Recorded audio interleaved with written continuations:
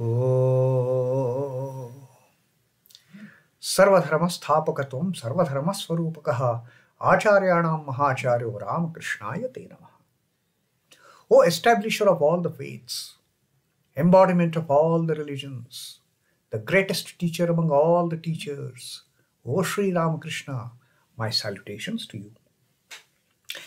And our expert teacher, Acharyanam Mahacharyo, Sri Ramakrishna, in such beautiful, wonderful and simple language, he has explained to us the most complex of phenomena of the 7 chakras. How mind dwelling on these chakras determines the spiritual progress of the spiritual aspirant.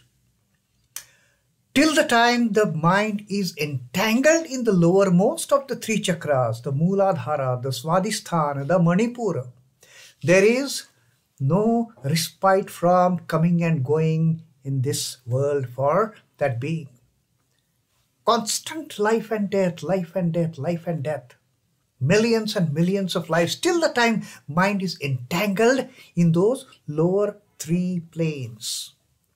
The moment the mind rises above, it sees the Anahata Chakra, the plane of heart. Then the first light of spirituality gets ignited and the spiritual aspirant starts exclaiming in wonderment, "Oh, what is this?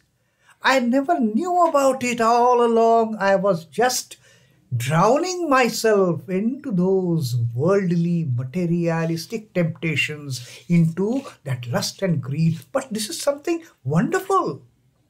I have come to this level." Then the mind further progresses, further goes up. From Anahata Chakra, it comes to Vishuddha Chakra. Then the aspirant starts loving nothing but talking about God. For him, talking and listening about God, that becomes the most critical activity then. There is no other thing that the aspirant can do. Listen to the name of Lord, chant the name of Lord, sing the glories of the Lord. After the Vishuddha, then it comes to Ajna. And then the aspirant, for the first time, he sees, realizes that there is my chosen deity sitting there in my heart. But he still cannot become one with that, because the ego separates the individuality from the eternity, from the divinity.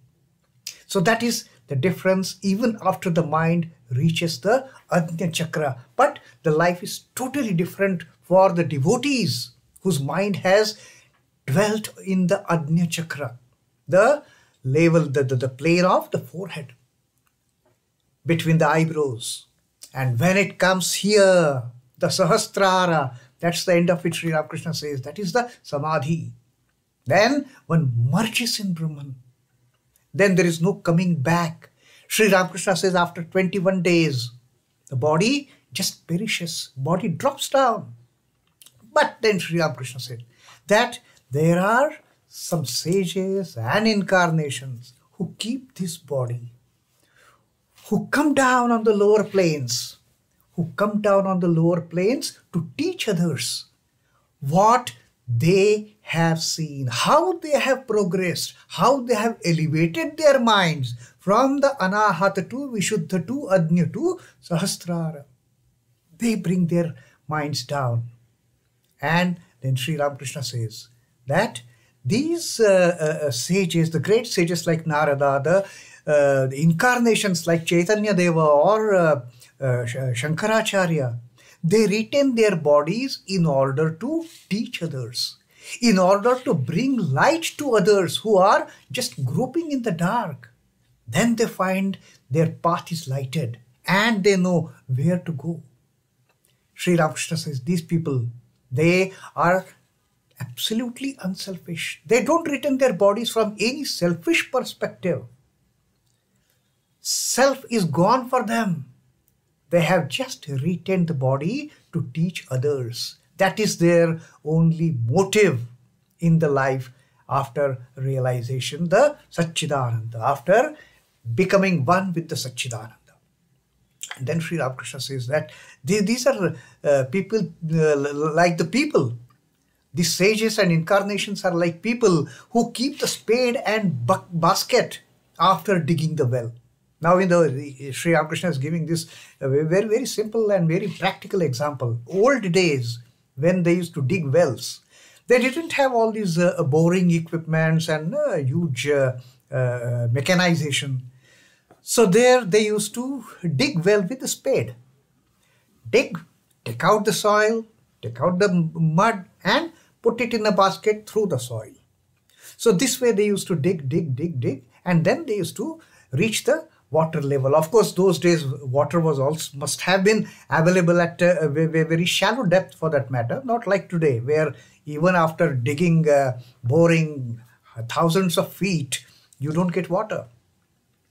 So that used to be the practice, digging with spade and throwing the excavated soil collected in that basket. After the well was dug, the basket and the spade, it used to be thrown away. The work is over, now throw it out, it is of no more use now. But Sri Ramakrishna said, some people, they retain that. They retain the spade and the basket. What for? They think that possibly my neighbor might need it if he wants to dig the well. With that intention, similar to that intention, these incarnations, these great sages and saints, they bring down their mind to the body level again. They retain that body consciousness, they retain that ego to teach others. Now that ego is far different from the ego of the materialistic person. That ego of the Mukta or Nitya Jiva is totally different from ego of the Baddha Jiva or even the Mumukshu Jiva for that matter. They are all tied to materialistic enjoyments in case of lower Jivas, the Baddha Jivas. But their egos of the saints and the incarnations, that ego is like a child's ego. That ego is a ripe ego. That ego does no harm because it has no selfishness attached to it. That ego has seen what is the Lord. That ego has seen what is the Divine Mother. So it is altogether a different story for these sages and incarnations when they retain their bodies even after attaining the Brahma Jnana, even after becoming one with the Satchidananda.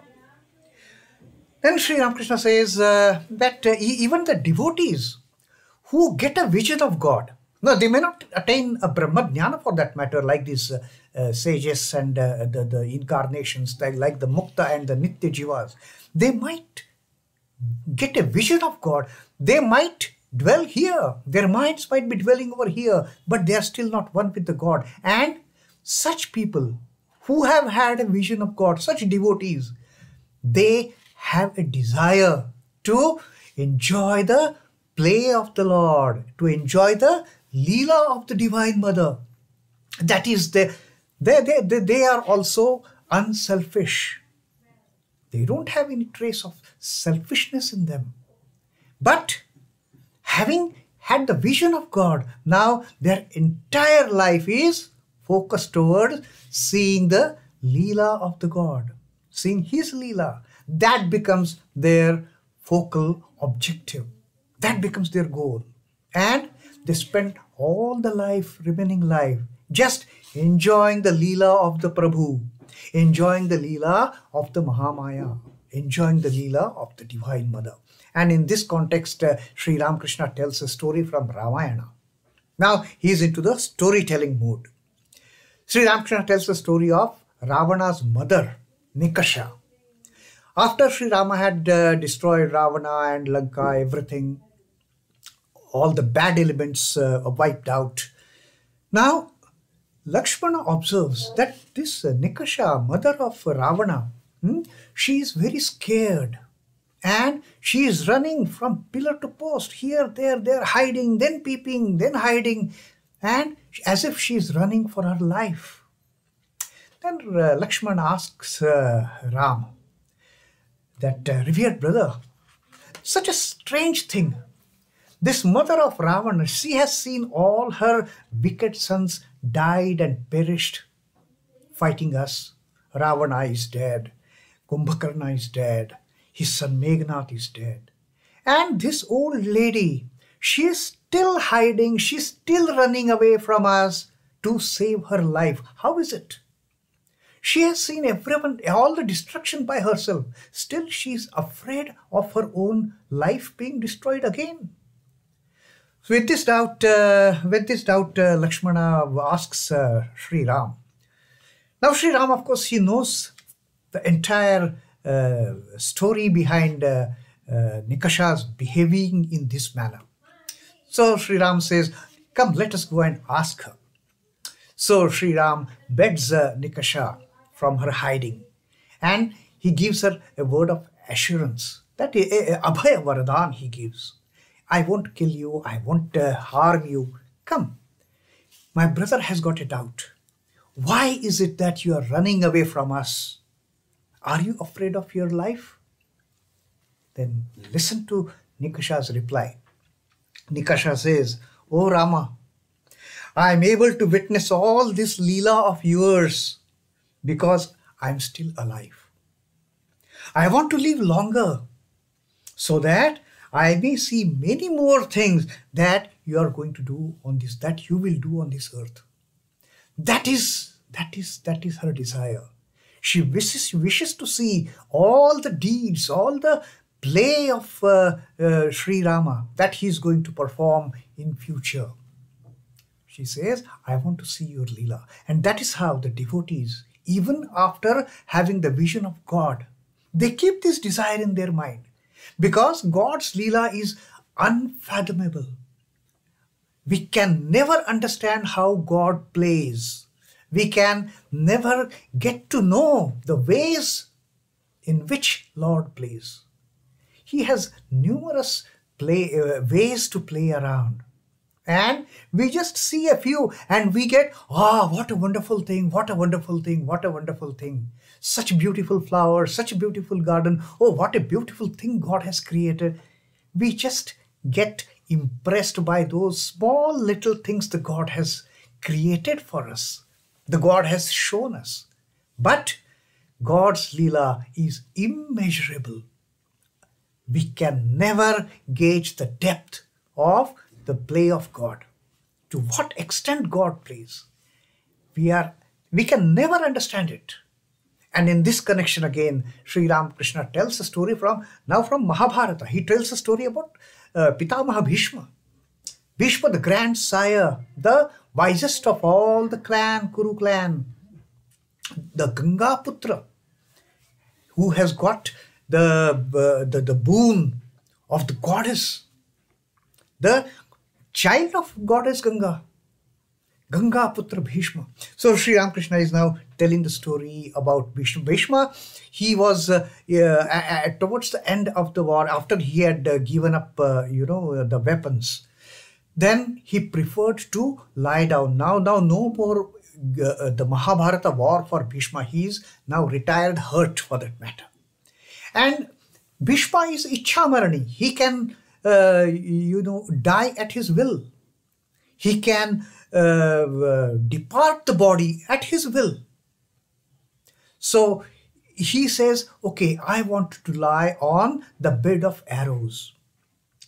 And the sharp pointed arrows, a bed is made, all arrows, sharp pointed ends facing the sky, and Bhishma is lying on that Sharashaya, on that bed of arrows. And while he's lying, tears are trickling down from his eyes. He's crying, tears are flowing. He's surrounded by Pandavas, Kauravas, Krishna is there. And Arjuna, he again notices the tears flowing from Pitamaha Bhishma's eyes. And Arjuna says to Krishna, Krishna, what a wonder of wonders. Such a learned man full of knowledge, man who knows everything.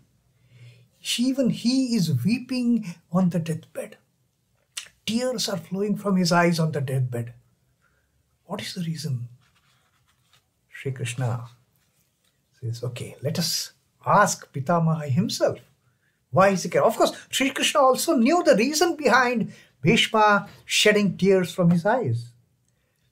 Sri Krishna says, let us ask Pitamaha to answer that question himself.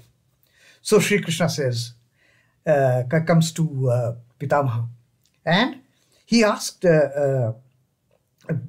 Bhishma about it. Why he's crying? Why the tears on the deathbed? And what Bhishma said? Bhishma said, "Oh Krishna, you know very well that the tears is not the cause of my grief. It is not out of grief that I am crying. It is not that I am going to get rid of my body because of that I am crying. I am thinking that there is no end to the suffering of the Pandavas. Though God himself is their charioteer, God himself is their friend, philosopher and guide, and still there is no end of suffering for Pandavas. They had to remain 12 years in exile in the Vanavas. Then 1 year they had to spend incognito, that no one should recognize these are Pandavas. 1 year they had to spend like that.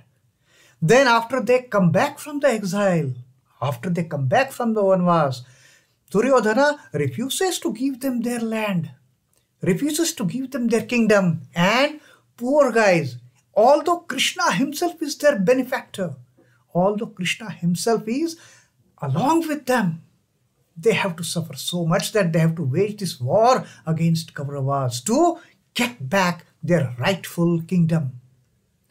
So now Pitamaha says that a thought like this makes me feel that I have understood nothing of the ways of God. The fraction of God himself saying, I have not understood the ways in which you behave, O Krishna. I have not been able to understand the way in which God behaves, in the way in which Mahamaya behaves.